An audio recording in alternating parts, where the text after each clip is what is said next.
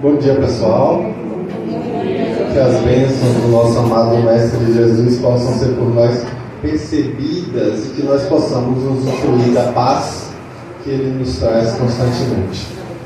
Maravilha estarmos reunidos hoje, novamente, dia 24 de maio de 2025, felizes com a chuva, porque chuva é sinal de fertilidade, de limpeza, de bênção. Então a chuva está aí forte, mas a gente está aqui também forte.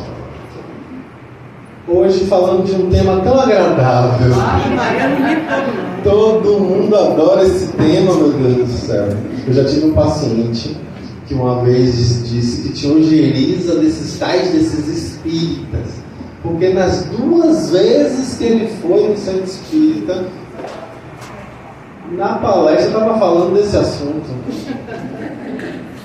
As 2 vezes que ele foi no caso, foi no começo do mês e no final do mês. E no mês inteiro a casa estava analisando a obra Depois da Morte, de Leon Denis. Então o tema morte estava sendo abordado e por conta disso a pessoa teve, entre aspas, o azar de lidar com esse tema tão difícil para ele, especialmente para ele, mas que nós já tiramos de letra, não é verdade, gente? É um assunto maravilhoso. Olha, o povo tudo balançando a mão negativamente. Como é isso, não, gente? Olha, a gente fala desse tema porque esse é um tema absolutamente imprescindível. E é um tema que está completamente íncito na cultura. E eu trago aqui um poema, música, uma canção de Paulo Coelho com Raul Seixas. O nome da canção é Canto para a Minha Morte. Foi escrita em 1976, eu nem tinha nascido ainda. Eu sei que determinada rua que eu já passei não tornará a ouvir o som dos meus passos. Tem uma revista que eu guardo há muitos anos e que nunca mais eu vou abrir. Cada vez que eu me despeço de uma pessoa, pode ser que essa pessoa esteja me vendo pela última vez. A morte surda caminha ao meu lado. E eu não sei em que esquina ela vai me beijar. Com que rosto ela virá? Será que ela vai deixar eu acabar o que eu tenho que fazer? Ou será que ela vai me pegar no meio do copo de uísque? Na música que eu deixei para compor amanhã? Será que ela vai esperar eu apagar o cigarro no cinzeiro? Virá antes de eu encontrar a mulher que me foi destinada e que está em algum lugar me esperando, embora eu ainda não a conheça. Vou te encontrar vestida de cetim, pois em qualquer lugar esperas só por mim. E no teu beijo provar o gosto estranho que eu quero e não desejo, mas tenho que encontrar.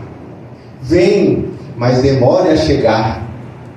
Eu te detesto e amo, morte, morte, morte, que talvez seja o segredo desta vida. Morte, morte, morte, que talvez seja o segredo dessa vida. Qual será a forma da minha morte? Uma das tantas coisas que eu não escolhi na vida. Existem tantas. Um acidente de carro, o coração que se recusa a bater no próximo minuto, a anestesia mal aplicada, a vida mal vivida, a ferida mal curada, a dor já envelhecida, o câncer já espalhado e ainda escondido, ou talvez, ou até quem sabe, um escorregão idiota, num dia de sol, a cabeça no meio fio. Ó morte, tu que és tão forte, que matas o gato, o rato, o homem. Vista-se com a tua mais bela roupa quando vieres me buscar.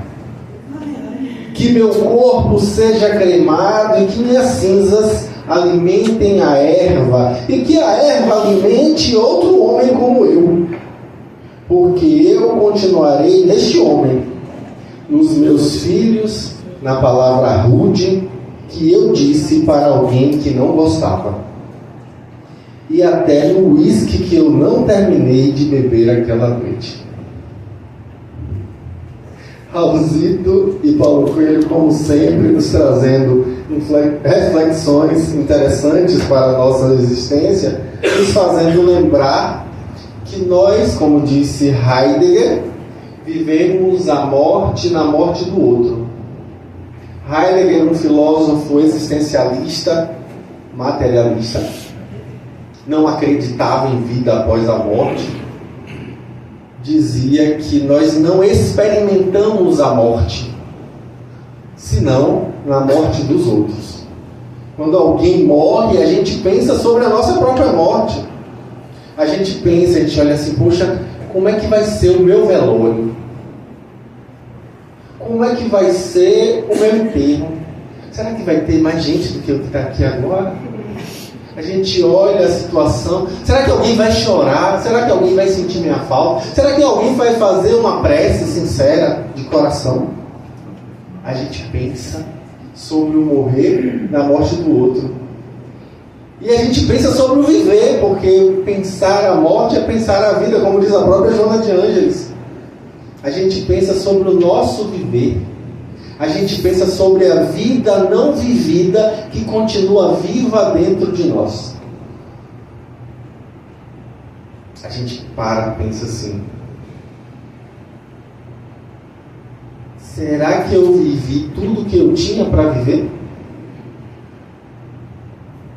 Será que essa pessoa que aqui está, nessa circunstância, desencarnada, será que ela viveu tudo que tinha para ser vivido? E nesse tipo de reflexão a gente repensa o nosso próprio existir. Heidegger continua dizendo que a morte é a possibilidade do fim das possibilidades. Eu acho essa definição interessante para um materialista, né? A morte é a possibilidade do fim das possibilidades. Com esse olhar, nós paramos e nos perguntamos: nós temos usufruído das possibilidades que estão à nossa frente? Como temos vivido os nossos potenciais? Como tem sido a forma como nós encaramos as tantas oportunidades de que dispomos? Então, pensar a morte necessariamente é pensar a vida. Joana deixa muito claro que morre-se como se vive. Morre-se como se vive. E não é à toa que José Raul Teixeira explica que a morte não é libertadora para todo mundo. A morte só é libertadora para quem viveu se libertando. Aí eu falo isso, é um complexo de lagartixa aqui. Umas 4 pessoas, ó, balançando a cabeça igual uma lagartixa. Então, a gente vê que a gente vive se libertando, então a morte vai ser libertadora. Mas se a gente vive se aprisionando,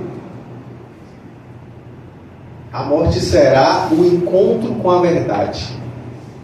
Como fala Emmanuel no livro Pensamento e Vida, a morte é a soma das nossas vivências e é o encontro com a verdade. Ele fala assim: é o momento em que a gente vai se encarar, vai para o mundo real. Para, como dizia Platão, o mundo real, no caso, o mundo das ideias. É um mundo espiritual. Porque esse aqui é uma cópia mimeografada com um decalque de papel carbono. do lado de lá. Bibliografada, quem entendeu essa fala acabou de acusar a idade que tem. Aquele cheirinho de álcool. Pois é. E papel carbono, meu Deus do céu, olha para isso. A mão toda azul, né? Pois bem, então. Eu entendi. Além de ter conhecido o bibliógrafo, sim, eu também interpretei pela baixa qualidade, né? Porque hoje a Xerox, sem dúvida, você tem uma melhor qualidade. Sim, com certeza, né? Então seria uma cópia de péssima qualidade. Ainda decalcada, perceba que eu falei decalcada. Então quer dizer que é realmente de qualidade bem inferior. E aquele negócio que tinha luzinha assim, que jogava na parede, você lembra? Lembro, sim. Tinha um negócio transparente. É o retroprojetor. Retroprojetor. Slide é aquele pequenininho que você colocava as fotos pequenininhas e projetava. Ali era o Slide Desk. Eu trabalhei, inclusive, numa empresa chamada Slide Desk, ajudando em eventos. E aí eu usava, eu que manuseava aquela maquininha de Slide Desk. Pois bem, minha idade também já foi dita aqui, né? Mas tudo bem.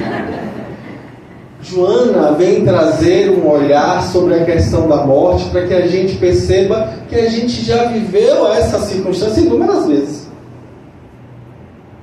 Nós temos consciência da paligênese, ou seja, da reencarnação. Portanto, nós também temos consciência que já tivemos inúmeras existências corpóreas previamente. Vida não, vida só temos uma. Vida é uma só, que é a vida espiritual. São muitas as existências corporais. Tanto assim que o capítulo que fala sobre esse tema em O Livro dos Espíritos se chama Pluralidade das Existências Corporais. Ou corpóreas, a depender da tradução. Ou seja, a vida é única. Agora você pode dizer, Danilo só vive... Danilo sim, só uma vez. Mas o espírito imortal que hoje anima Danilo, esse vive eternamente. Né? Melhor falando, né? Infinitamente. Sem fim. Né? Eterno, na verdade, só Deus. Periodicamente eu vou passar por existências corporais. E aí com isso... vou evoluindo, vou crescendo, vou amadurecendo, mas em todas essas circunstâncias eu vivencio a morte. Mas é um tabu, é um tema difícil, é um tema que a gente evita, que a gente tem dificuldade, e quanto mais longe estiver de nós, mais a gente agradece. Né? A gente não tem essa tendência a ter esse olhar de que a morte é uma coisa para ser evitada. Isso é a lei de conservação. Diga. Eu acho que a maioria de nós não é a morte, o vapt-vupt que acabou de... Eu acho que é o processo doloroso da morte. Quem já acompanhou gente em hospital, em UTI, amigo, é um negócio que eu vou te contar. E o médico bota não sei o quê, bota tubo, tira tubo, para viver uma semana, 3 dias. É isso que eu não concordo. E... mas é com menos tempo, sei lá. A questão do desencarnar em si é bom lembrar, tá, gente? Os espíritos explicam isso em O Livro dos Espíritos, ainda no começo, na verdade, no comecinho do livro 2, da parte 2 do Livro dos Espíritos, eles explicam claramente que morrer não dói. Ponto. Desencarnar não tem dor, gente. Não existe dor. Tem gente que faz xixi, vai comer. Não tem. Por causa do processo não tem da dor. doença, né? Porque existe um afrouxamento da capacidade volitiva. A pessoa não controla os esfíncteres. Então por isso acontece isso. Mas não dói. O fenômeno em si não dói. Não é a questão biológica não tem dor. Mas, contudo, porém, todavia, em termos morais, sendo um encontro com a verdade, isso pode ser muito doloroso para algumas pessoas. A gente passa por um período de perturbação espiritual assim que desencarna, e esse período vai ser diretamente proporcional ao nosso nível de consciência, nossa maturação, nossa elevação espiritual. Tanto assim que os espíritos esclarecem a Kardec que o conhecimento espírita pode ajudar nesse período de perturbação espiritual. pode ajudar. Olha que interessante, Kardec pergunta, né? O fato de conhecer o Espiritismo tem alguma interferência nesse período de perturbação que tem após a morte? Aí os Espíritos respondem que sim, que o fato de você conhecer o que acontece vai te ajudar muito.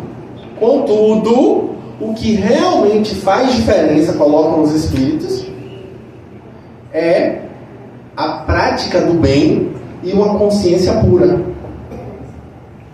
É isso que realmente faz. Você pode não ter conhecimento nenhum de Espiritismo, mas se você tem um cultivo, ou seja, se você viveu se libertando, você vai, obviamente, ter uma influência muito pequena da matéria. Como aconteceu com Satya Sai Baba, o famoso espírito superior que estava encarnado na Terra até recentemente. Como foi que ele se desligou? Ele reuniu os discípulos, proferiu uma palestra e disse que estava morrendo. E simplesmente desligou o corpo. O espírito foi para um lado e o corpo para o outro. E ele desencarnou. Totalmente consciente. Completamente consciente. Então é outro nível de consciência. Óbvio que isso não é a maioria. Óbvio que isso não é o comum. Nós temos ainda inúmeras dificuldades. E quanto mais apegados ao nosso organismo, às nossas funções sociais, quanto mais apegados ao que vivemos hoje, ao nosso ego, nós somos apegados ao ego.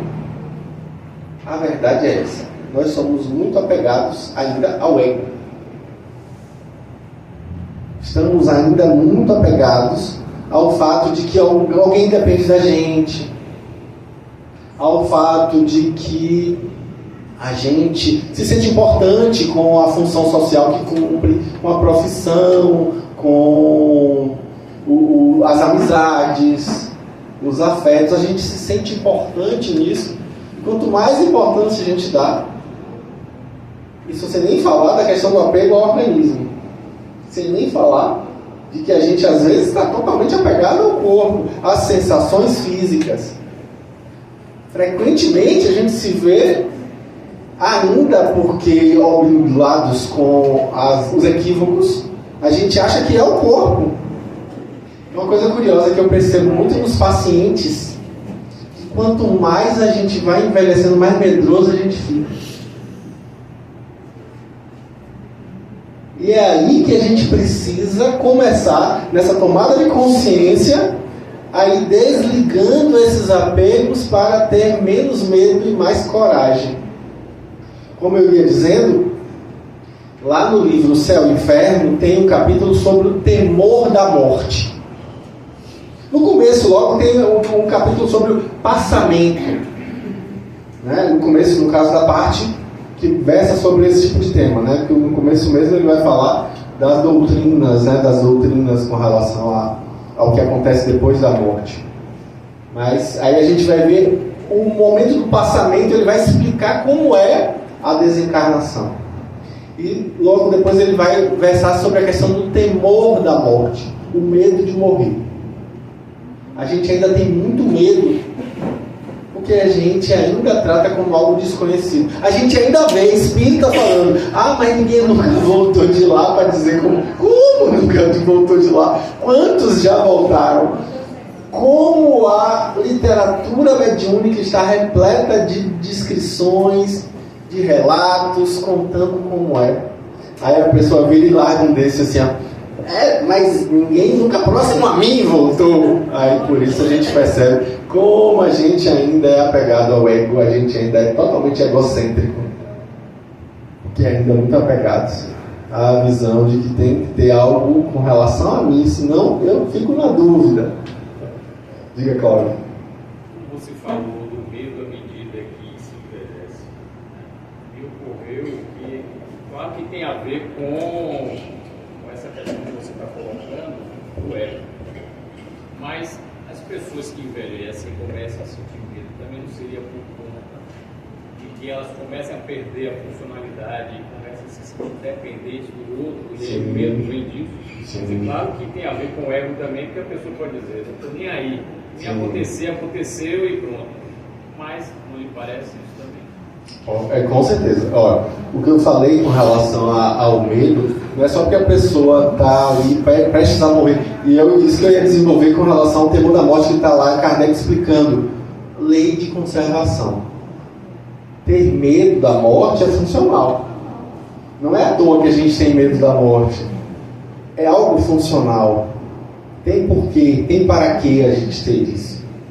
Não é para a gente de uma hora para outra, não tem mais medo nenhum. Não é isso. Calma. Até porque não é bem assim que a banda toca. Tem uma geriatra, Ana Cláudia Arantes, famosa por vários momentos que ela traz de reflexão. Palestras maravilhosas, a gente encontra isso nas redes sociais, a gente encontra isso em vários lugares. E livros esplêndidos. A exemplo de que a morte é um dia que vale a pena viver.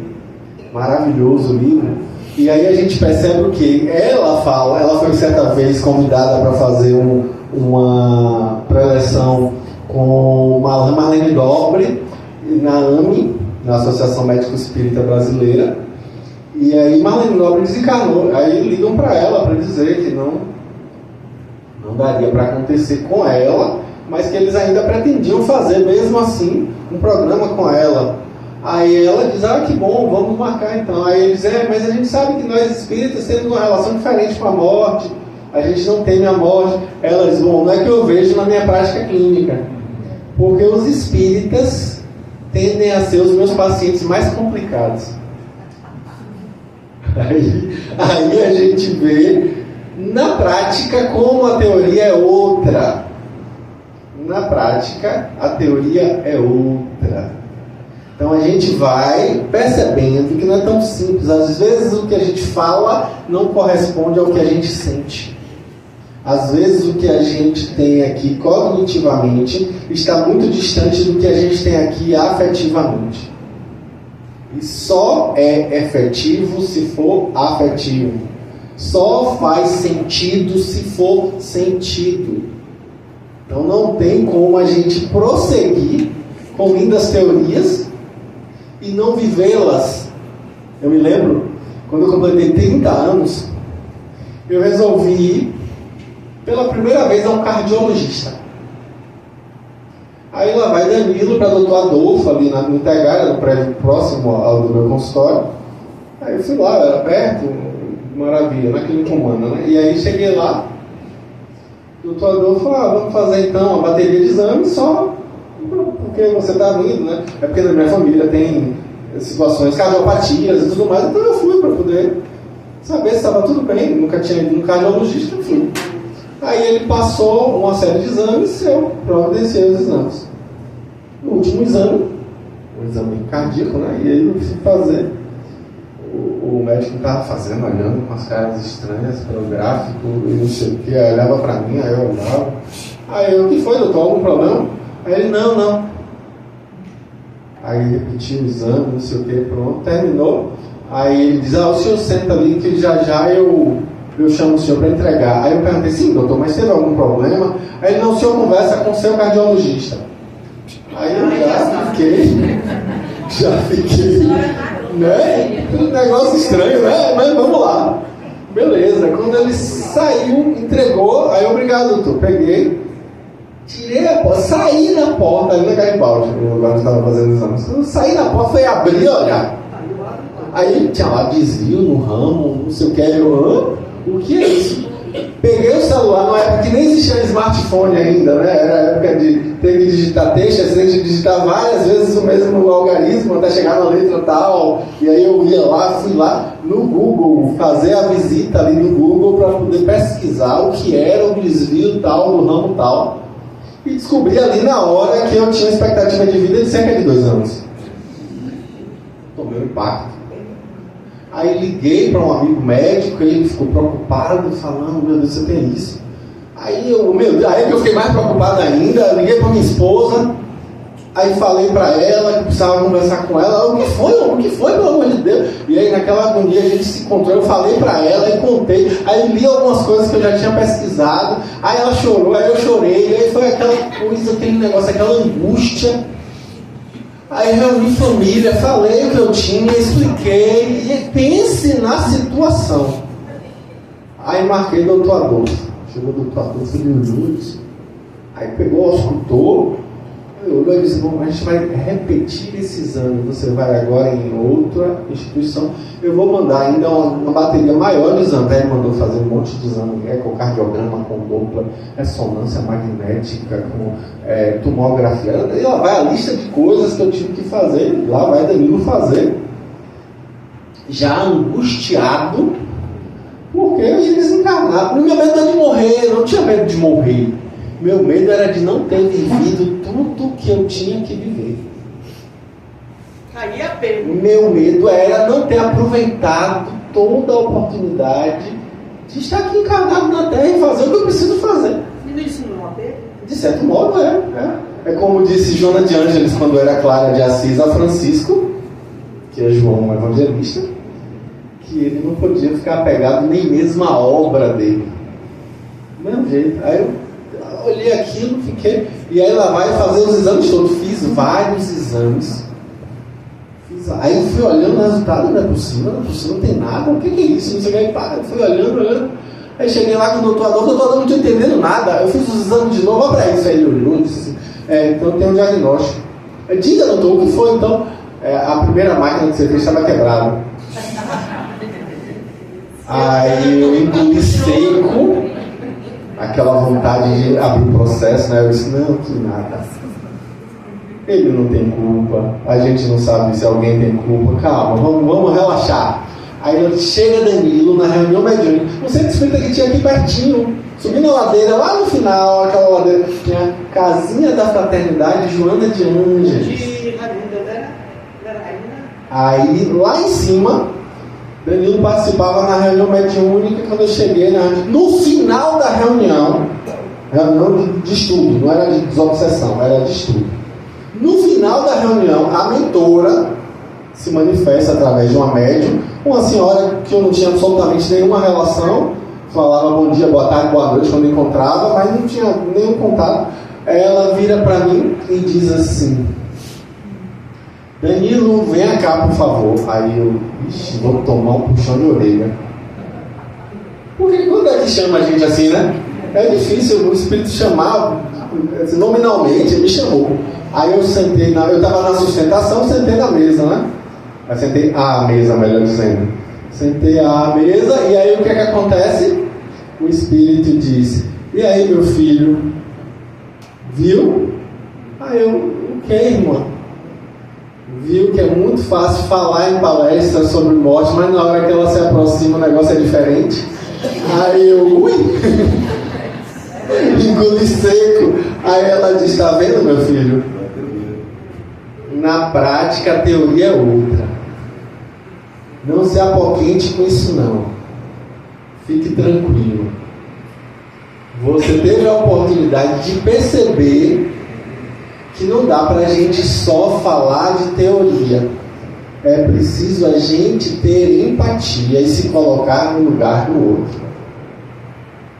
E eu, e tu, pá, chefe? Então a gente viu aí que não é uma coisa tão simples. Tinha uma função, né? A situação que eu vivi ali toda foi com uma função, tinha um porquê. Eu que não estava entendendo quando aconteceu. Aí quando o Espírito veio para me dizer: ó, tá vendo aí? Que não é só falar lá bonito para as pessoas sem ter vivência. É preciso ornear de vivência as suas palavras. Aí eu me lembro do livro No Mundo Maior, no capítulo 3 ou é 4, acho que é no 4, que Calderaro fala para André Luiz, quando eles estão ali tratando do caso de Pedro e Camilo, que é um caso de obsessão grave, um assassinou o outro, e aí o assassinado estava cobrando o assassino ali constantemente. E aí naquele momento eles se veem sem ter o que fazer. Quando eles começam a brigar, os dois espíritos começam a brigar. Aí Calderaro e André ficam sem saber o que fazer, tentando fazer uma prece. E aí André pergunta: o que a gente vai fazer? E aí Calderaro dá um passo para trás e diz assim: aqui a gente fez o que a gente podia, mas não se preocupe que está chegando alguém que pode fazer mais do que nós. Porque o conhecimento é útil. Olha que fala interessante. O conhecimento é útil, mas é o amor que transforma. Nós sabemos, mas está vindo alguém que ama. E aí aparece com a luz do alto o espírito Cipriana, a amorosa mãe que se aproxima para cuidar daqueles dois com o amor de mãe. Esse amor materno é que vai fazer toda a diferença. Então, tem coisas que só o saber não adianta, é preciso amar.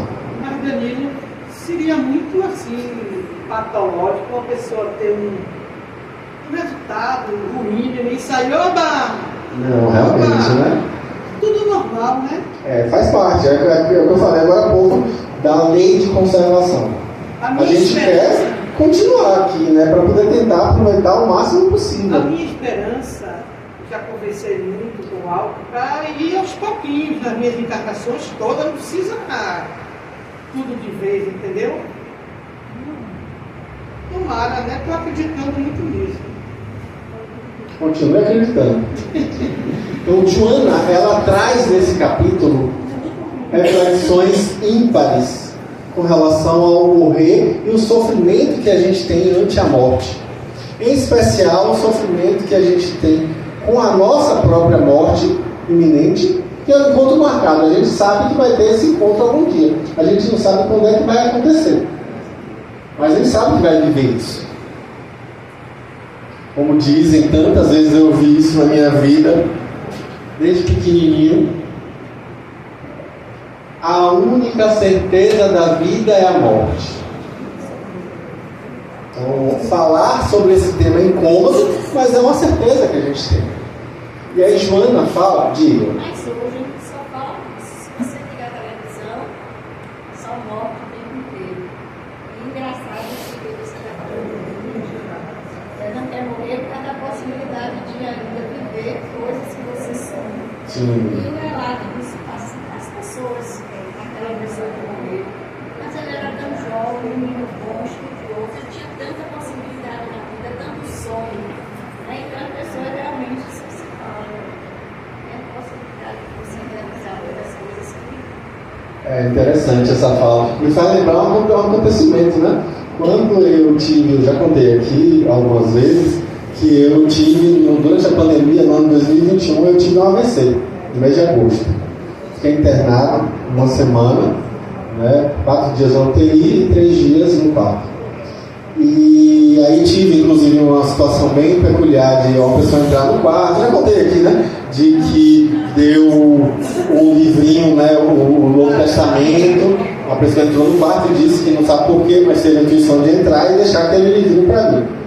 Aí foi um momento que eu estava sozinho, que quase nunca eu ficava, eu tinha o tempo inteiro. Ou minha esposa, que estava grávida de 6 meses, ou meu pai. E minha mãe estava em outra cidade, não tinha como vir. E aí com isso, e minha irmã também com ela. Então elas não tinham como vir, minha irmã estava morando longe, aí minha mãe estava com ela, mas logo depois minha mãe veio. O que é que acontece? Eu, nesse momento, foi muito impactante, fiquei ali no momento de solidão, chorei, e fiz uma prece, tentando entender o que estava acontecendo comigo, por que daquela circunstância. Minha esposa prestes a parir e eu prestes a morrer, como assim? Aí eu fiquei, meu Deus do céu. Aí eu pensei, é o momento que eu mais preciso ter fé. É o momento que eu mais preciso ter fé. Aí eu fiz uma oração, a lágrima escorreu, aí entrou a pessoa no quarto, enxuguei a lágrima, aí a pessoa me ofereceu o livro dizendo que alguém tinha deixado no quarto dela, que ela tinha recebido alta naquele momento, e ela resolveu entrar, não sabe porquê, no meu quarto e me entregar o livro. Eu peguei o livro, abri o livro e agradeci, a pessoa saiu, aí quando eu fiz a prece, abri o livro e caiu lá um versículo do Evangelho de João, dizendo assim: o que faço agora você não entende, mas um dia você entenderá. Uma fala de Jesus, né? E aí a gente tem um impacto com isso, né? Eu fiquei realmente impactado. Daí no outro dia eu peguei o mesmo livro, abri novamente, acho que essa parte eu tinha que contar, abri novamente e caiu outro versículo que também me fez pensar. O início do Evangelho de João, novamente o Evangelho de João, capítulo 3. João falando falando de uma fala de João Batista. João Batista dizendo assim: tudo que chega ao homem vem do alto. Aí, com isso, a gente engole seco e agradece ao Senhor, né? Por todas as vivências. Tudo que chega ao homem vem do alto, então o que está acontecendo comigo também vem do alto. Eu peguei aquilo para mim, beleza. Chego em casa depois de receber minha alta, com o meu tapa-olho. Não sei se alguém aqui me encontrou, eu estava de tapa-olho, tive uma imobilização desse olho esquerdo, ele não movia. E aí tive que fazer fisioterapia para resgatar o movimento do olho e tudo mais. Mas eu fico com tapa-olho para poder forçar, o tapa-olho do olho de cá, na verdade, para forçar o outro olho a se movimentar.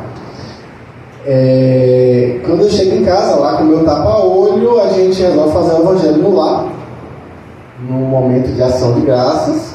E quando eu abro o evangelho para ler, cai o item: se fosse um homem de bem, teria morrido.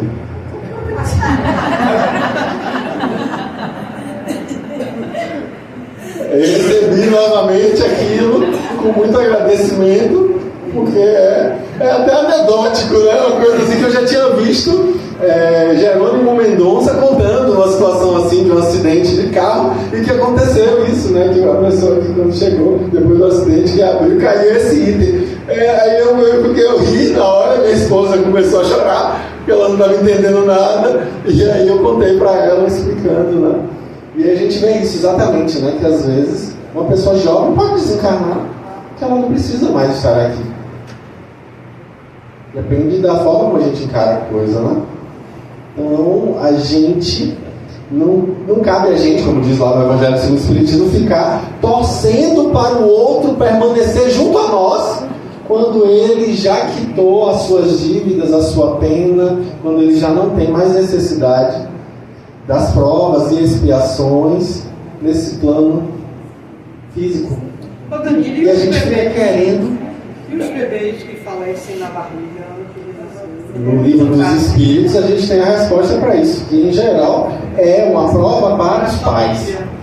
Então existe isso, né? Também tive uma situação parecida em família, exatamente como essa, de um feto já com 8 meses, né? E de uma hora para outra morre. E aí, como é que lida com isso? A gente vê que o impacto maior é para aquela família, né? E também temos relato, tem livros falando sobre isso. A gente tem aquele livro Deficiente Mental Porque Fui Um, de Vera Lúcia Marizete de Carvalho, por diversos espíritos. A gente tem situações assim, de que espírito, quando chega lá e que está na situação de reencarnar junto àqueles com os quais ela não tem um bom afeto, aí quer desistir e volta. E aí o aborto espontâneo acontece. Ou também já vi situação de que aquilo ali era uma espécie de cirurgia plástica perispiritual para que o espírito possa voltar a ter uma forma humana. Olha como é impactante isso. Então, uma prova, sempre uma prova para os pais, isso é óbvio, né? E para ele também, né? Às vezes para ele, às vezes para ele. Às vezes não, às vezes é só realmente, como eu falei, uma cirurgia perispírita, melhor falando. Ou pode ser também essa negação, essa possibilidade de negação. E aí nesse livro fala de um espírito que vinha algumas vezes fazendo isso, né, e causando abortos espontâneos, mas naquela encarnação ele não podia mais fazer isso. Ele ia ter que encarnar. E aí ele encarna num processo de autismo. Mas vem cá, essa cirurgia perispiritual, né, perispírita, sei lá, o espírito não vai se agregando ao bebê, célula a célula? Sim, então, mas com 8 meses ele não está todo... Não está ainda, eu sei, mas já está com alguma forma humana, pelo menos. Que às vezes a deterioração moral é tão severa que a gente perde a forma humana. Então, imagina aí como é a situação. A gente tem isso em algumas obras de André Luiz, ele trata esse tipo de tema, né? É realmente impactante. Os ovoides, né? Às vezes os espíritos tomam forma ovoide. E aí com isso eles precisam voltar a ter forma humana. Mas o espírito não está ainda. Isso não é só na hora da Se o espírito entra. Não, o espírito está já ligado, já está vinculado desde a fecundação. Já está vinculado ali, né? Até me lembro novamente do livro No Mundo Maior, que eu estou relendo, né, com o intuito de semana que vem eu vou fazer uma palestra na Calbem, e aí eu vou falar sobre a casa mental, que é um dos capítulos desse livro, e aí eu já estou lá, é o 3. E aí eu estou lá já na parte em que está sendo ajudada uma moça que, com a vida desregrada, deseja abortar porque descobre-se grávida. E aí ele descreve, é uma descrição tão impactante, a situação do abortamento e a inter-relação mental entre o espírito, que já está vinculado àquele pequeno corpo, e a mãe. Ele fala inclusive de linhas escuras e densas que são partilhadas numa agressão mútua. Que o espírito primeiro pede, né, pelo amor de Deus, me deixe ter a oportunidade. Mas a mãe nega, e aí com isso ela acaba, eu estou dando um spoiler monstro, né, aqui, um spoiler gigantesco, ela acaba desencarnando em decorrência desse abortamento. Então, diga, Cláudio. Um colega, palestrante aqui também, ele me falou que uma das causas, uma das possíveis causas de processo de obsessão seria aborto, porque aquele espírito abortado ele não se conforma. Sim, é verdade. É verdade. Muitos processos obsessivos se dão por conta da questão do aborto. Isso justifica, inclusive, alguns estudos estatísticos interessantes que pararam, inclusive, de ser produzidos, mas que vale a pena a gente resgatar, que vão apontar para o fato de que o índice de depressão é muito maior em mulheres que algum dia na vida já abortaram. Aí você vai tentar fazer uma ligação disso, tentar justificar espiritualmente, você vai ver que muito frequentemente existe ali um perseguidor que se sentiu rejeitado e que está agora lhe cobrando por conta disso. E quando é uma mulher que ela não tem esse conhecimento espírita, nenhuma mulher, e a maioria das pessoas, e que ela faz esse aborto, para ela é uma coisa tão natural, ela não vê aquilo como um bebezinho, um negocinho, não tem essa consciência. Sim. Eu já presenciei. Mas é como a gente sempre fala, Mônica, que a nossa responsabilidade é diretamente proporcional ao nosso conhecimento, tá? Então nem cabe que a gente tenha culpas, que a gente desenvolva culpas. Tanto Joana quanto Emmanuel fala de uma questão da culpa. Eu sempre recomendo o livro Pensamento e Vida. Eu recomendo agora veementemente para vocês que estudam a série psicológica de Joana, porque eu acho, inclusive, que Pensamento e Vida é uma introdução à série psicológica de Joana. É um livro maravilhoso que eu sempre falo de maneira muito enfática. Pensamento e Vida, de Emmanuel, pelas mãos de Chico, é uma introdução ao estudo psicológico profundo. Em Pensamento e Vida a gente vai ver que a culpa é um abscesso mental. Olha que fala forte, hein? Culpa é um abscesso mental. É por isso que a gente precisa se perdoar. A gente precisa aprender a perdoar o outro e assim. A contingenciar as nossas responsabilidades ao conhecimento que nós tínhamos na época daquele fator que nos traz culpa. Então é preciso que a gente cure esse abscesso para que isso não traga uma danificação maior, um prejuízo maior para as nossas vidas. Então, perdoe-se, porque isso, obviamente, vai te trazer muita saúde. Mas vamos ao texto. Meu Deus, não sei nem se vai dar tempo de ler-lo todo. Sofrimento ante a morte, Joana de Ângeles vai trazer. É um texto curto, né?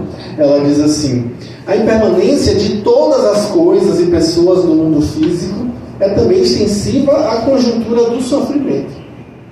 Nós sofremos porque sabemos-nos impermanentes e sabemos também que esse sofrimento vai passar, também é impermanente. A sua vigência resulta da intensidade dos fatores causais que o engendraram. O campo de energia afetado no caso das doenças, terminada a prova ou expiação que depuram, recompõe-se, facultando o equilíbrio. Olha aí o motivo para que tenhamos curas, às vezes, tão miraculosas. Jesus fala o tempo todo, né? os teus pecados estão perdoados. Olha que fala interessante. A pessoa se cura porque os pecados, ou seja, porque os equívocos já foram sanados. Você já resolveu as suas expiações necessárias. Por isso que você está curado. Então, a grande questão está nessa perspectiva. Não obstante, nos sofrimentos morais, quando a desarmonia é emocional, por meio do autocontrole, da oração, da meditação, das ações de beneficência, o ser mais facilmente se libera, deixando de valorizar demasiadamente as ocorrências aflitivas, considerando-as naturais no processo evolutivo e, por consequência, aceitáveis. Olha aí, Joana trazendo a fórmula. Está sofrendo, está doendo, está incomodando. Vamos lá então. Autocontrole, oração, meditação, ações de beneficência são lenitivo, são tratamento. Nós, com o olhar espírita, percebemos que o adoecimento em si é, de alguma sorte, um remédio. A doença é o remédio. Óbvio que eu não estou aqui fazendo apologia à dor. Vamos ficar doente, porque ficar doente é o remédio. Não é isso que eu estou falando não, gente. Eu estou falando que quando isso é inevitável, quando isso é algo que nos chega sem que nós escolhamos, que a gente olhe para isso e se pergunte: o que é que isso está me trazendo de oportunidade, de crescimento, de amadurecimento? Em que isso pode me melhorar como pessoa, pode me tornar mais humilde, pode me tornar mais generoso, menos egoísta, menos orgulhoso. Então, com esse olhar, eu vou enfrentar de outra maneira. E se eu cultivo gradativamente perspectivas que vão ampliar meus horizontes, vão me fazer rever o meu próprio existir. Se eu crio o cultivo da oração, da meditação, da prática de beneficência, tudo isso vai me auxiliar para que eu consiga confrontar as minhas questões do passado e resolvê-las. Lembrando, como eu digo tanto aqui, que todo e qualquer sofrimento implica em um momento em que a gente tem que expiar. É uma expiação. Não basta expiar, não basta só sentir remorso e se arrepender e expiar. É preciso, acima de tudo, reparar o dano. Os espíritos falam, né, que sacrifício só é útil, renúncia só é útil, martírio só é útil se a gente torna isso útil para alguém. Porque existe renúncia inútil, existe martírio inútil, existe sim sofrimento inútil, porque a gente às vezes está naquela circunstância e não torna aquilo um benefício para ninguém, para nada. Então isso não é algo útil. Como a gente vê lá na lei de oração, ou na lei de adoração do Livro dos Espíritos, às vezes existem algumas pessoas que querem ter uma vida contemplativa, só que é inútil, não serve para nada, não traz nenhum benefício para ninguém. Então, portanto, isso não serve para nada, absolutamente uma perda de tempo. É preciso que a gente esteja muito atento e tenha muito cuidado com relação a isso. E, acima de tudo, a fala aqui que eu acho que é curiosa, que faz com que a gente desperte, que é preciso encarar como algo aceitável o que está sendo vivido.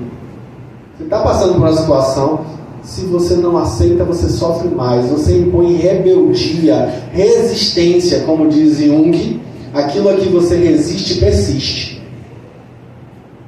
Então, quanto mais resistência, maior o sofrimento. Quanto mais rebeldia, mais você está batendo de frente. Você está lutando contra Deus, contra as leis divinas. Então, por isso que eu brinco dizendo aqui, mas é uma brincadeira séria, né? Que a gente fala muito. Frase de núcleo pobre da novela das 9. Aceita que dói menos. Óbvio, tem coisas que não dá pra gente aceitar, porque inclusive nos cabe nos posicionar e nos colocar de uma maneira que aquilo traga benefício para nós e para os outros principalmente. Mas, contudo, porém, todavia, entretanto, tem coisas que a gente não tem escolha, então é melhor que a gente aceite e lide da melhor forma com isso. Eu só acho difícil na hora do pré-morte, um sofrimento atroz. Você se lembrar desse lero-lero? Realmente não é fácil, difícil. Mas é hábito. Aí, Pensamento em Vida tem um capítulo todo sobre hábito. E no Livro dos Espíritos tem uma pergunta que Kardec faz que eu acho brilhante. Ele pergunta assim: terá o mesmo mérito a pessoa para quem fazer o bem é um hábito, ou seja, faz de maneira quase que automática? Essa pessoa vai ter o mesmo mérito que uma pessoa que se esforça deliberadamente, propositadamente para fazer o bem? Aí os Espíritos respondem: para eles é um hábito que foi adquirido ao longo das existências. Então é meritório para eles também. Então, se a gente quer que isso se torne um hábito, a gente precisa exercitar, a gente precisa praticar. Para não ser só um lero-lero, a gente precisa viver. Então a grande questão é essa, o convite é esse, é viver isso. E aí ela fala: a aceitação do sofrimento é o passo decisivo para a liberação dele, enquanto a rebeldia produz efeito totalmente contrário. Olha aí, hein? Rebeldes. Eu sou rebelde. Aí eu também falei da minha idade, né? Essa música é antiga. Mas vamos lá. Compreendendo-se que o corpo é uma organização delicada, sujeita a deterioramento, desgaste e transformação pelo fenômeno da morte, nele não se colocam as bases da vida, nem se fixam as realidades essenciais. Não está no corpo, gente. O corpo é transitório. Às vezes a gente fica tão apegado. Quando os Espíritos vão analisar, por exemplo, a lei de destruição, que eles falam sobre as mortes coletivas. Ali você vê os Espíritos explicando para Kardec de maneira muito clara que às vezes a gente tem uma visão tão equivocada do que é a vida, que a gente não consegue encontrar uma razão útil para a morte de pessoas jovens, por exemplo. A gente acha: foi uma perda de tempo, meu Deus do céu, tanto potencial, tinha tanta coisa para viver, tanta vida pela frente. A gente tem sempre essa fala, e os Espíritos vão dizer que, óbvio, que a gente fala com um olhar totalmente maculado pelo materialismo, pela visão ainda do terra a terra que a gente tem. E que é preciso que a gente alargue os horizontes para perceber que da mão de Deus sai tudo. E a gente não pode simplesmente se rebelar contra Deus achando que a gente tem alguma possibilidade contra isso. Eu lembro do prefácio, o finalzinho, a última frase do prefácio do livro Homem Integral. Vocês lembram? Ela falava assim, a última frase do livro, acho que não sei se é a última frase, eu lembro que é a última frase de um parágrafo, não tenho certeza que é a última frase do prefácio. Ela dizia assim: encontrar-se com a vida, enfrentá-la e vencê-la. Eis o seu fanal. Vocês lembram dessa frase? É uma frase muito impactante. A gente precisa ter esse olhar, percebendo que a gente não é o corpo que tem. Eu não sou meu corpo, eu estou nesse corpo. Eu não tenho espírito. Eu vou falar: meu espírito. Não existe meu espírito. Eu sou espírito. Eu não tenho espírito. Eu sou espírito. O espírito de Joana de Ângeles não é o espírito de Joana, é o espírito Joana de Ângeles. Tá? Então, eu não tenho espírito, eu sou espírito.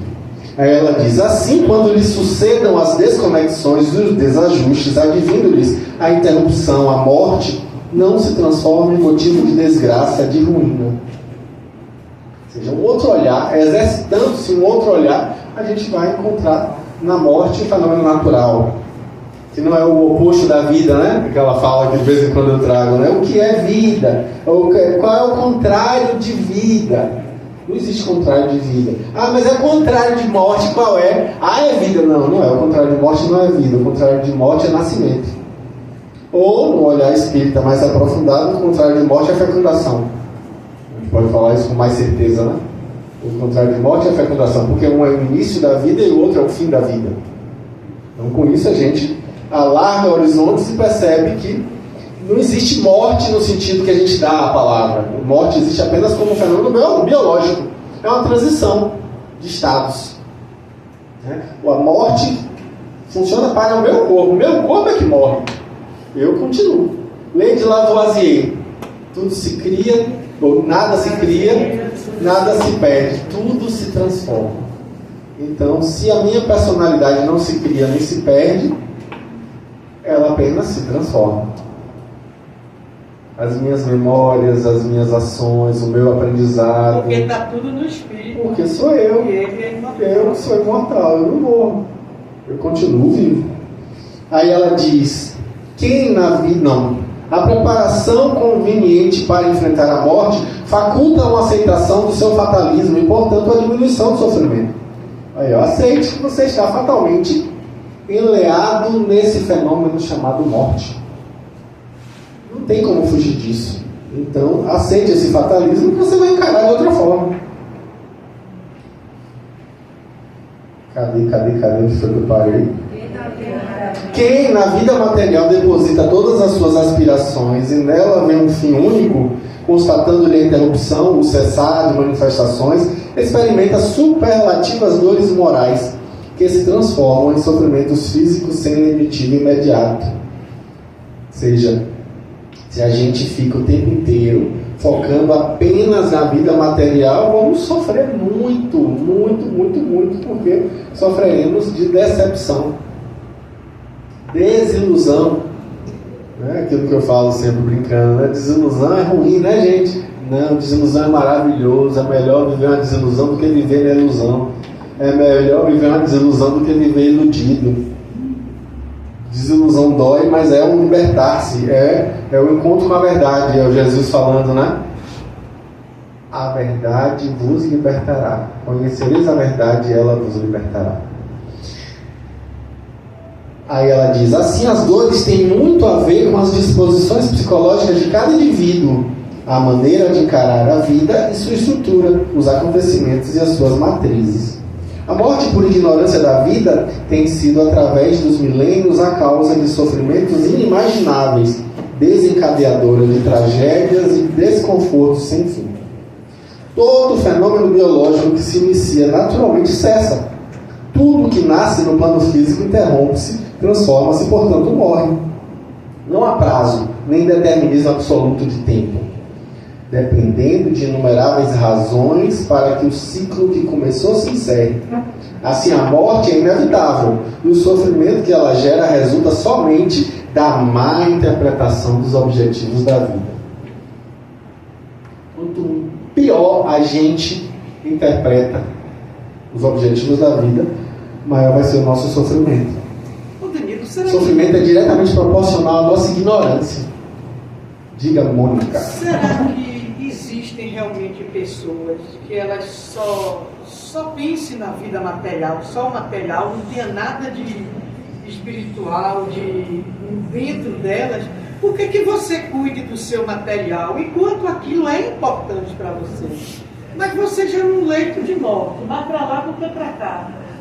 Eu acho que a tendência é você esquecer isso e começar a se preocupar realmente com você somente, entendeu? Mas existem ainda pessoas que estão completamente afeitas à vida biológica apenas, infelizmente. Deve ser um horror, né? Deve ser um horror desencarnar nessas circunstâncias, né? Não, e você viver ainda muito apego. Dinheiro, Muito apego. E você viver era dele, agora é de todo mundo, ele não sabe a quem vai, né? Fazer uma fazenda, qualquer coisa material mesmo, preocupado. Há muito apego ainda, né? Existe sim. E aí a gente precisa justamente, através dos nossos exemplos pessoais, trazer outro olhar, outra perspectiva, trazer a nossa influência através da nossa presença. Só toma cuidado aqui com o Rafa, que já foi. Então, o que a gente percebe? Ela diz assim: o apego à forma transitória que se decompõe produz perturbação emocional, dando ideia de que tudo se consumiu, nada mais restando como finalidade da existência humana. Olha aí, a crença no fim. E aí os espíritos falam a Kardec que o grande objetivo da doutrina espírita, isso está lá no Livro dos Médiuns, é justamente combater o materialismo, que é essa fonte de sofrimento, essa fonte de tantas ilusões, de tantas distorções, de tantos equívocos, esse olhar materialista que traz tantos problemas. Então a doutrina espírita precisa lutar contra isso, o movimento espírita precisa fazer essa perspectiva. Colocadas todas as esperanças no corpo, os fenômenos inerentes à sua constituição perturbam quem nele se firma. produzindo o impacto desesperador. De certo modo, a ocorrência é resultado de uma educação, uma formação cultural materialista, mesmo que sob disfarce espiritualista.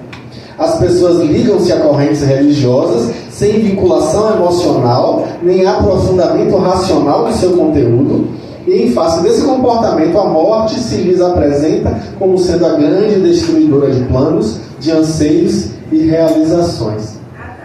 Olha que fala interessante para a gente refletir aí. Olha que fala interessante. Às vezes a gente tem uma educação completamente equivocada. O povo busca Deus não porque quer Deus. O povo busca Deus porque quer milagres. Quer se salvar. O povo busca Deus não porque quer realmente viver o divino, o espiritual. A gente busca Deus no petitório, numa mendicância, num comércio afetivo, né? A gente fica ali tentando implorar de Deus coisas. A gente quer milagres, a gente não quer Deus. Então, infelizmente, a gente tem uma visão completamente distorcida do que é religião. A gente tem uma visão completamente distorcida do que é esse contato com a espiritualidade. A gente ainda tem que aprender muito com relação a isso. A gente fica barganhando. Ô, doutor Bezerra, me ajude aí com os 6 números da Mega Sena. Pense aí, se doutor Bezerra ia se preocupar com isso, né? Pois bem, então a gente infelizmente ainda tem esse tipo de relação equivocada. As pessoas com a máscara de religião têm um olhar completamente materialista. A gente quer conforto, a gente não quer a oportunidade de fazer o bem, a gente quer receber o bem. E quando faz o bem é querendo em troca. Ó Senhor, estou fazendo aqui, já vá juntando aí meus bônus hora, porque eu vou comprar uma casa em nosso lar. A gente fica com essa preocupação.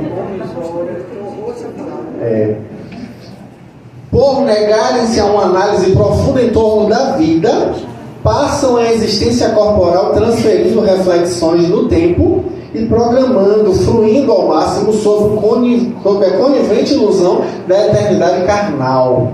Quando os jovens transferem para a velhice o exame da morte. Quando os sadios adiam para o período das enfermidades a mesma reflexão, acreditando-se invulneráveis ao desgaste e aos mesmos fenômenos degenerativos da matéria. É interessante, eu me lembro de um texto interessante de um irmão X, Humberto de Campos, pela psicografia de Chico Xavier, que ele conta sobre a obsessão pacífica, a história de Saquarema. Saquarema desencarna, encontra um amigo, e aí o amigo vem perguntar: e aí, como foi essa encarnação? Eu soube que você foi espírita dessa vez. Aí Saquarema disse para o amigo: mas infelizmente, depois de desencarnar, eu percebi que eu estava sendo vítima de uma obsessão pacífica. Como assim obsessão pacífica? Porque quando jovem, que meus pais eram espíritas, eu fui levado para a casa espírita, participando dos fulgores da mocidade, ao grupo jovem. E aí lá no grupo jovem recebi os convites para me engajar na questão da espiritualidade. Mas tinha uma vozinha dentro de mim que dizia assim: que é isso, Saquarema? Você é jovem para esse tipo de assunto. Isso é assunto para velho, rapaz. Deixa para pensar nisso depois. Religiosidade agora, você está no seu vigor, não tem como você pensar nisso agora. Vamos deixar para isso para depois. Vamos estudar, conseguir garantir que você faça um bom vestibular, conseguir garantir que sua vida tenha realmente recursos materiais, ter algum tipo de segurança, algum tipo de previdência. Então vamos devagar. Aí então começa a estudar, passa na faculdade, vai estudar, e aí vem: passei, agora vamos pensar em alguma coisa espiritual. Aí vem o pensamento: que é isso, rapaz? Agora você tem que tirar boas notas, tem que se destacar, tem que fazer networking. Não é hora de pensar nisso não, vamos lá. E fora que você está agora começando um namoro, vamos pensar em casamento, depois você vai ter filho, calma. Aí casa, tem filho, se estabelece na profissão, e aí o que acontece? Mais adiante vem o pensamento de novo, agora é hora de pensar na possibilidade de fazer o bem. Aí vem de novo a vozinha dizendo, que é isso, Saquarema, que bobagem é essa? Você tem que se preocupar de trazer algum conforto para a sua família, você tem que se preocupar de se manter focado na sua carreira, crescer, e ela vai novamente lá adiante, mas ele aposenta. Aí vem o pensamento, agora é hora. Aí vem o pensamento dizendo, que é isso, Saquarema? Uma idade dessa, aproveita, então você vai pensar nisso, o povo vai achar que você está caducando.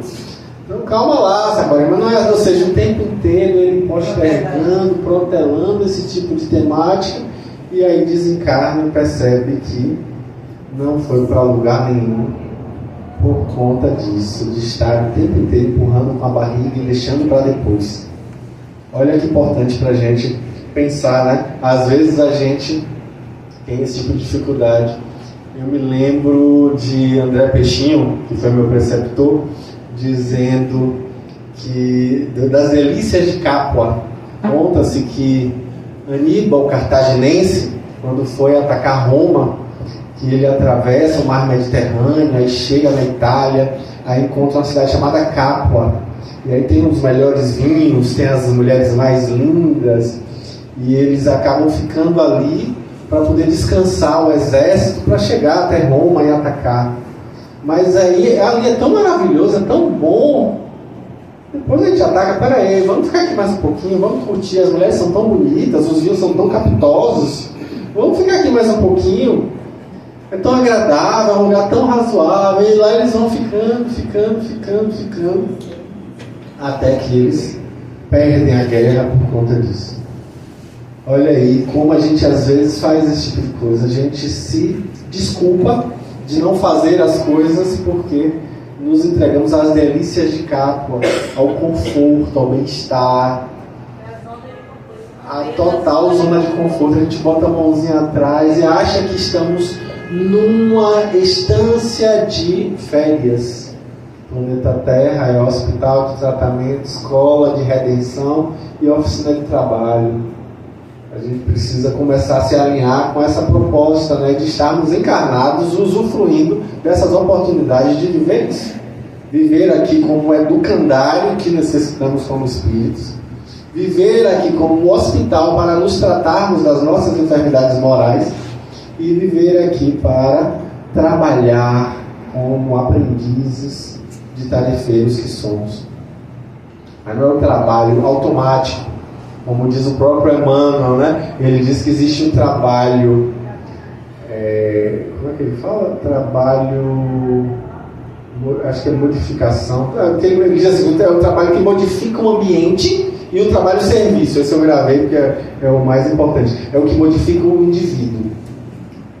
O trabalho que só modifica o ambiente precisa estar aliado ao trabalho que modifica também o trabalhador. Não adianta a gente fazer só uma coisa e só outra. Não adianta trabalhar irrefletidamente. É preciso trabalhar com reflexão para que isso também nos transforme, também nos amadureça. À medida que o tempo transcorre, negam-se a envelhecer, utilizando-se de expedientes cirúrgicos, ginásticos, alimentares, na vã tentativa de manter a juventude que os anos arrebatam inexoravelmente. A luta para escamotear a realidade é tenaz. E, quando essa se apresenta vexatória, derrapam nas crises neuróticas, nas fugas pelos alcoólicos e outras drogas, tombando no suicídio. Assim, a morte tem sido responsabilizada por ocorrências que lhe não dizem respeito e devem ser creditadas à intemperança das próprias criaturas. Me lembro da história, que eu também já contei aqui, de Sísifo, que era, Sísifo em grego é esperto, era o espertalhão da mitologia grega. Ele não queria morrer, explicou para a esposa que quando ele tivesse a situação da morte, que ela não fizesse os rituais fúnebres, que ele voltaria. E assim acontece. Ela não faz os rituais, e aí o deus da morte, que é Thanatos, vem buscá-lo e não encontra ele pronto para atravessar o rio da vida e da morte, que é o rio Estige, sendo conduzido pelo barqueiro Caronte. Ele teria que pagar a viagem com um dobrão de ouro e infelizmente ele não tinha.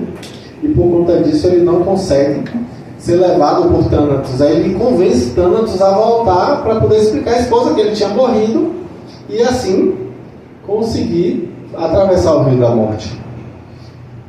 O que é que acontece? Ele volta, ele convence Thanatos, volta e nessa circunstância ele faz uma armadilha. Quando Thanatos vai procurar ele, porque ele não voltou para poder cumprir a sua promessa, Sísifo, junto com a esposa, conseguem capturar Thanatos e prendem ele num lugar bem escondido. Então Zeus vai atrás, porque isso gera uma bagunça no sistema da vida grega, né? Porque se ninguém morre, ninguém vive. Thanatos não deixa ninguém morrer, porque está preso. Então, se ninguém morre, ninguém vive. Zeus vai procurar o autor da bagunça. Quando ele olha no livro dos mortos, o último nome é de Sísifo. Aí ele vai atrás de Sísifo. Sísifo diz: não sei o que você está falando. Eu sei que você fez alguma coisa com Thanatos. Cadê Thanatos? E aí Sísifo, depois de muito negar, diz assim: tá bom, vamos fazer o seguinte: você me dá imortalidade, porque eu não quero morrer, e eu devolvo Thanatos. Aí Zeus diz: não vou fazer isso. Ah, mas você fez para seus filhos? Não fiz para meus filhos. Eu dei para eles tarefas, eles cumpriram as tarefas e ganharam a imortalidade. Ah, então me dê uma tarefa também. Tá bom, vou te dar uma tarefa. Aí ele pega uma pedra, uma rocha bem grande e aponta para um monte, uma montanha enorme. E aí diz assim: tudo que você tem que fazer é subir com essa rocha até lá em cima. Lá em cima tem uma fonte, você vai tapar a fonte com essa rocha. Com um detalhe: a cada metro que você sobe com a rocha, ela fica mais pesada 1 quilo. E aí lá vai ele, Sísifo, tentar subir, aí vai ficando pesada demais, rola tudo de volta. Aí ela vai de novo lá embaixo, tentar, vai ficando muito pesada, rola de volta. Aí ele, que é esperto, diz: vou fazer igual a gente sobe ladeira com bicicleta. Zigue-zague. Ó, sabe andar de bicicleta. Ó, no zigue-zague, aí vai, vem. Aí quando ele vê a fonte, tá tão pesado, ele não aguenta, rola de volta. Já sei o que eu vou fazer. Vou subir, é uma montanha, ou seja, é um cone, eu vou subir em espiral. Aí lá vai ele subir em espiral, aí ele vê a fonte, cai, rola tudo de novo. E segundo o mito grego, até hoje Sísifo está lá tentando.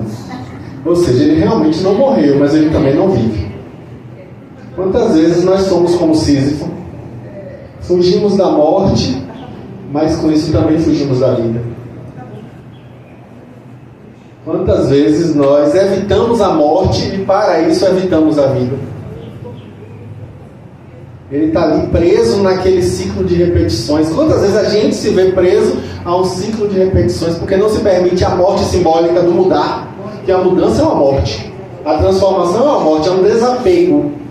Quantas vezes a gente tem dificuldade de desapegar e por isso se mantém em cíclicos momentos ali, em ciclos ruins, em circunstâncias repetitivas, pesos imensuráveis sendo carregados, que vão inclusive piorando o tamanho desse peso com o passar do tempo, e a gente infelizmente está ali preso naqueles ciclos, né? Porque não conseguimos nos desapegar.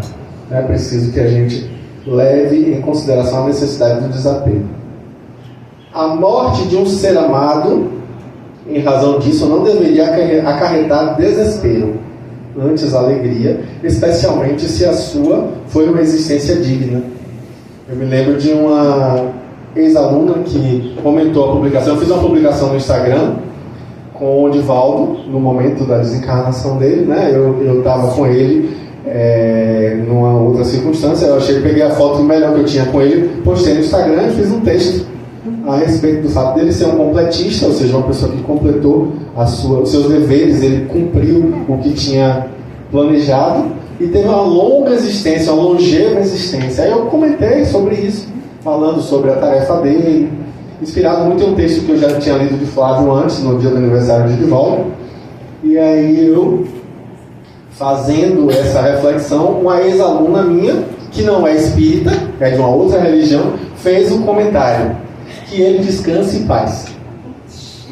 Aí você vê que não é espírita, porque a gente que é espírita sabe que não tem negócio de descanso, não. Ele provavelmente estava lá na circunstância ali do velório, eu estava tentando lembrar a palavra velório. No velório, consolando o povo, ele estava ali ajudando. Pois bem, o trabalho não cessa, pelo contrário, aumenta. E a gente passa a ter um bom gosto com o trabalho. A gente passa a ter um olhar para o trabalho não como um peso, não como uma fonte de agruras e de amarguras, mas sim como uma fonte de prazer imenso. O bom trabalho, né? Como diz Khalil Gibran, o trabalho é o amor feito visível. Então é ter esse olhar sobre o trabalho faz toda a diferença no final das contas. Então aí, Joana prossegue dizendo: deplora-se então não poucas vezes a morte de uma pessoa boa e a permanência de outra má, numa espécie de desequilíbrio das leis soberanas, quando o correto é essa determinação. O homem e a mulher de bem, porque exemplares na conduta e no pensamento, encerraram os seus compromissos no mundo físico, podendo retornar à sua origem, quando os endividados, os de conduta insana, devem desfrutar de tempo para sua reparação ou reequilíbrio. Um corpo, mesmo quando bafejado pela saúde, é um cárcere, e a libertação de um ser amado que volve à plenitude deverá causar alegria e não desgosto. E a gente sentindo um desgosto terrível, né? A gente fica ali angustiado, amargurado, com raiva de Deus. Por que você tirou de mim? Aquela história que volta e meia eu falo: a gente não perde o que a gente não tem, né? A gente não perdeu o fulano, a gente simplesmente se despediu por um breve período, né? Até porque provavelmente, se a gente tem um vínculo tão forte assim mesmo, vamos nos reencontrar muito em breve, mesmo que em sonho. Por quê? Porque nós vivemos a morte todas as noites. Um treino para a morte, obviamente que não a morte deliberada, total, a morte completa, não, óbvio que não. A gente tem desligamentos temporários do nosso corpo físico, como que um treino. Olha como a misericórdia divina é maravilhosa. A gente vai e volta, e com isso tem ali mais ou menos o que a gente vai viver no momento da nossa desencarnação. Se forem pessoas más que desencarnem, também a satisfação deveria permanecer, pelo fato de que a mesma interromper-lhe o curso dos delitos, facultando-lhes o tempo para pensar, não se comprometendo mais, nem se arruinando em demasia. Ainda assim, né? Mesmo que seja uma pessoa ruim, ainda assim ela tem a chance de aprendizado ali, de reflexão sobre o seu existir. Não é assim que reagem as criaturas na teimosia em que permanecem, negando-se a uma mudança saudável de conduta. Não me conformo, asseveram uns. É uma desgraça, afirmam outros. Nunca aceitarei, informa a maioria, diante da morte dos seres queridos, entregando-se voluntariamente ao sofrimento. A gente se rebela contra Deus. E nessa luta aí, obviamente que a gente não tem absolutamente chance nenhuma. O orgulho desmedido e a presunção pessoal são-lhe os adversários mais rigorosos, que não lhes permitem raciocinar diante do que acontece com todos os seres. Olha aí, hein? Orgulho e presunção pessoal. Ainda somos tão orgulhosos, tão presunçosos. E a Joana prossegue dizendo: acompanham a ocorrência da morte em toda parte com as demais pessoas, porém acreditam que não ocorrerá com eles, pelo menos por enquanto. Enquanto que se alonga no tempo indefinidamente na dimensão do seu capricho. Como a morte não interroga antes os interessados na vida, ao arrebatá-los, deixa surpresos os seus afetos, que se entregam às desordens emocionais e aos desnecessários sofrimentos que os arrasam. Olha aí, sofrimentos desnecessários que às vezes a gente se entrega. A morte sempre produz sentimentos contraditórios naqueles que partem, como naqueles outros que ficam. Para todos são, normalmente, uma grande surpresa, na maioria das vezes desagradável. Quem considerou e se preparou para o acontecimento, logo se adapta após o choque inicial, como é compreensível. No entanto, para aquele que ao corpo delegou todos os interesses, a surpresa é substituída pelo desgosto ante o sucedido, acompanhado por injustificável revolta que causa males insuspeitados. Aí eu pergunto, quem aqui está se preparando para morrer? É esse o convite da manhã, gente. É esse o convite da manhã. A gente precisa começar hoje a se preparar para morrer. A gente vai viver.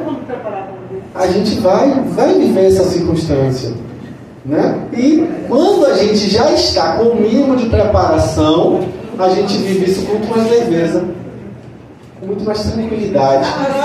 A tranquilidade de quem lutou o bom combate, quem combateu o bom combate. A gente vai em paz, com segurança, com tranquilidade, com o outro ar. Se a gente vai cheio de lamúria, se a gente vai como a esposa de Ló, a gente olha para trás. Sabe essa história da Bíblia? A esposa de Ló olha para trás ao deixar Sodoma e Gomorra, e aí ela vira uma estátua de sal. É o que acontece. O que é isso? A estátua de sal é um símbolo, né? Às vezes a gente tem dificuldade de olhar para frente e focar no que nos aguarda. A gente fica olhando para trás e a gente se cristaliza com isso. A gente se cristaliza e não sai do lugar. A gente tem ali uma dificuldade. Eu gosto do exemplo de Otília Gonçalves, que traz ali uma experiência maravilhosa no seu livro Pelas Mãos de Divaldo Franco. Ela que era uma trabalhadora assídua da Mansão do Caminho, no momento da desencarnação, ela olha para trás. Em vez dela seguir, ela fica preocupada. Mas e meus filhos, meus netos, e minha casa, como é que vai ficar, meu Deus, como é que vai ser? E isso traz um desequilíbrio que faz com que ela passe por uma perturbação espiritual que ela não precisava. Então olhar para trás aí é nos impedir de caminhar.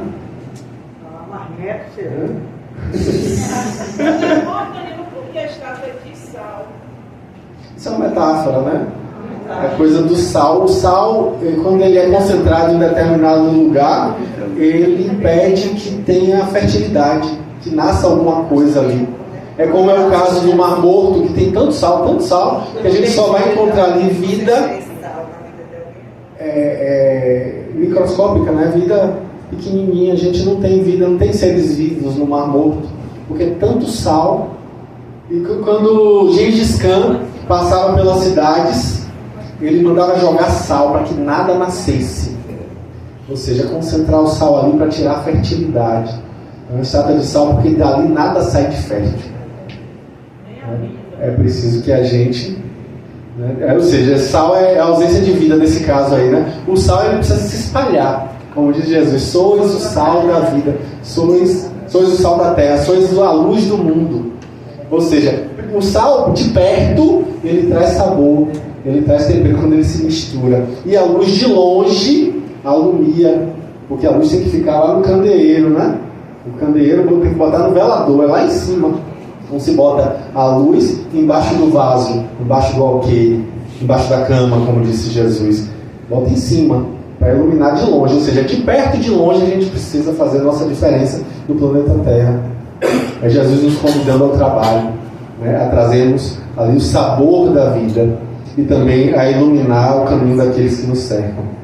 Aí, já finalizando a minha fala, o sofrimento que decorre da morte é, portanto, o resultado da ótica pela qual se observam e se acompanham os mecanismos da vida. Constituem fenômenos naturais. A dor da saudade é normal, é natural.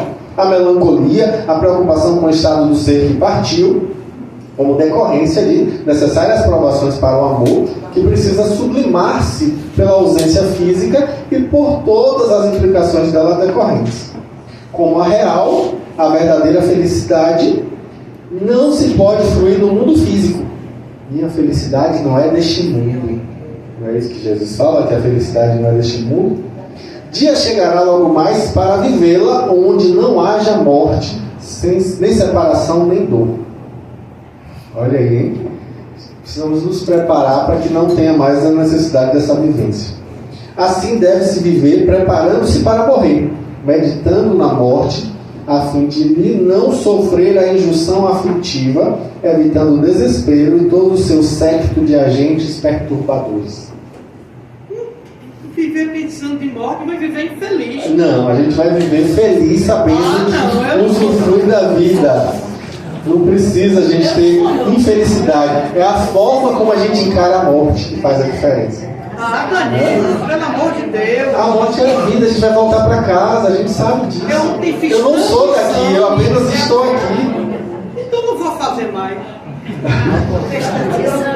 Fazer muito. Ontem eu fiz 65 A gente precisa cuidar do templo da nossa casa, que é o corpo físico, óbvio que a gente precisa.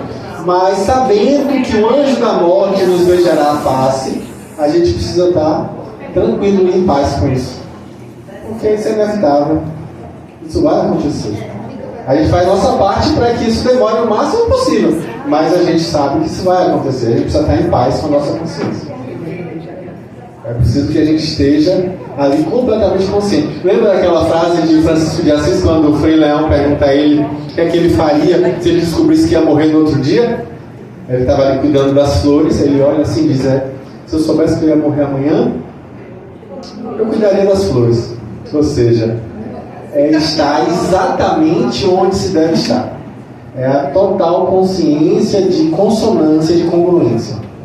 Então que a gente consiga viver isso, ainda nessa encarnação de preferência, né? Ainda nessa encarnação, esse propósito de estarmos completamente no lugar onde deveríamos estar. Que assim seja. Oi, falando de morte, vamos dar a